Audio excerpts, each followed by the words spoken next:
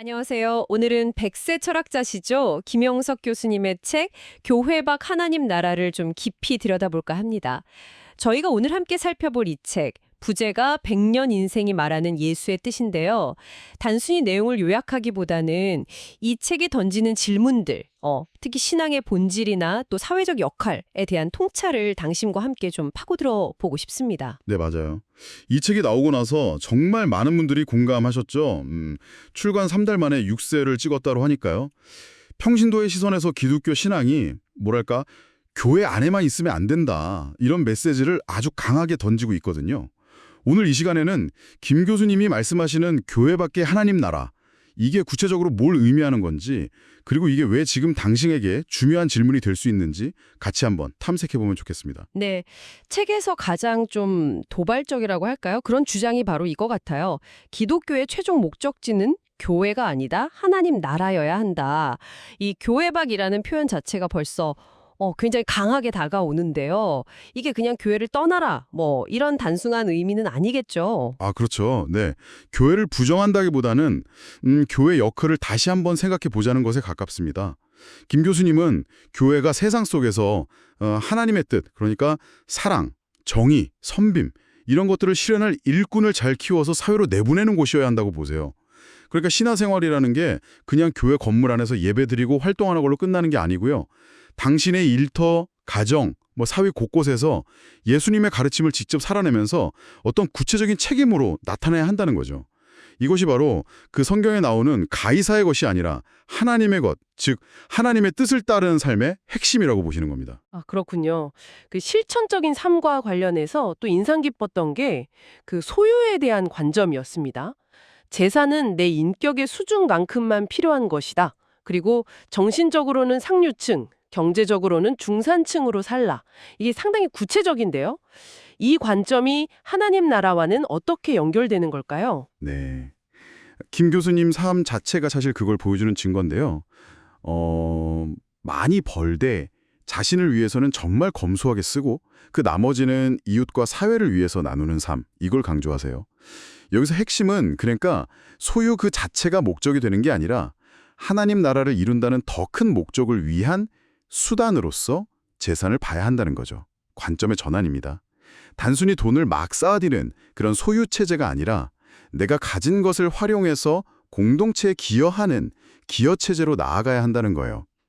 예를 들면 당신이 가진 재능이나 자원이 있을 때 그걸 그냥 나 혼자 잘 살기 위해서만 쓰는 게 아니라 이게 어떻게 주변 사람들과 우리 사회에 좀 긍정적인 영향을 미칠 수 있을까? 이걸 고민하고 실천하는 삶인 거죠. 그리고 권력도 마찬가지고요. 권력 역시 지배가 아니라 섬김의 도구가 되어야 한다고 말씀하십니다. 그렇군요. 그러니까 소유나 권력에 대한 태도를 바꾸는 것 자체가 하나님 나라를 향한 구체적인 발걸음이다. 이런 말씀이시네요.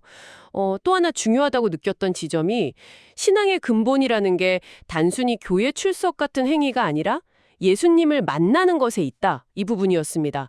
이 만남이라는 게 구체적으로 어떤 변화를 가져오는 걸까요? 이게 바로 김 교수님이 말씀하시는 신앙의 어떤 핵심 동력이라고 할 수 있습니다. 예수님과의 그 인격적인 만남, 이건 그냥 머리고 아는 지식적인 동의, 이걸 넘어서는 거거든요. 삶의 목적이나 가치관 자체가 정말 뿌리부터 바뀌는 경험이라는 거죠.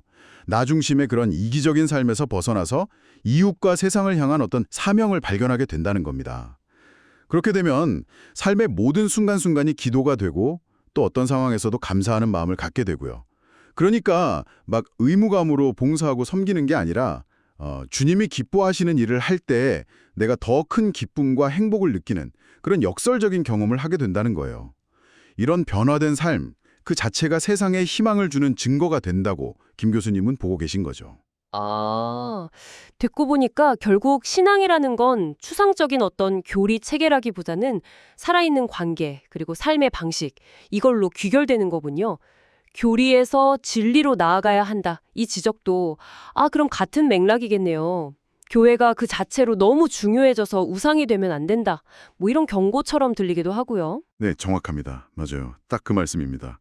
교리 물론 중요하죠. 하지만 그게 예수님의 가르침이라는 진리, 그리고 하나님의 뜻, 그 자체를 가려서는 안 된다는 겁니다. 김 교수님은 소위 교회주의, 그러니까 교회의 어떤 외형적인 성장이나 유지 자체에만 너무 몰두하다 보면 정작 세상 속에서 사랑과 정의를 실현해야 하는 그 본질적인 사명을 놓칠 수 있다고 경고하세요. 교회가 사회를 변화시킬 인재를 길러내서 파송하는 그 본연의 역할, 여기에 더 충실해야 한다는 거죠. 특히 정의는 사랑으로 완성된다. 이 통찰이 참 중요한데요. 정의만 너무 앞세우다 보면 자칫 갈등이나 분열을 낳기 쉬운데 그 정의가 예수님의 사랑의 뿌리를 둘 때 비로소 세상을 치유하고 하나님 나라에 더 가까워질 수 있다.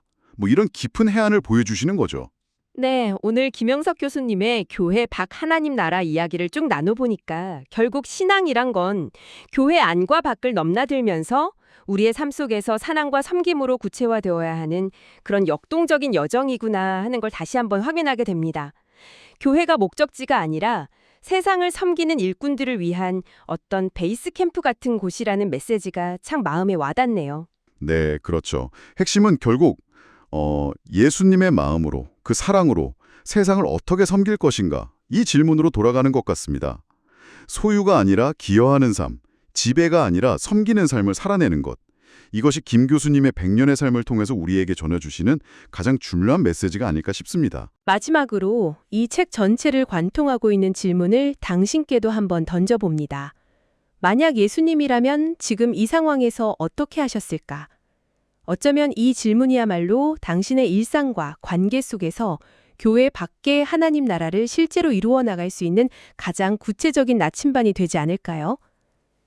당신의 그 작은 고민과 실천 하나하나가 세상을 향한 희망의 증거가 될 수 있다는 김 교수님의 격려를 기억하시면서 오늘 이 깊은 탐구를 마무리할까 합니다.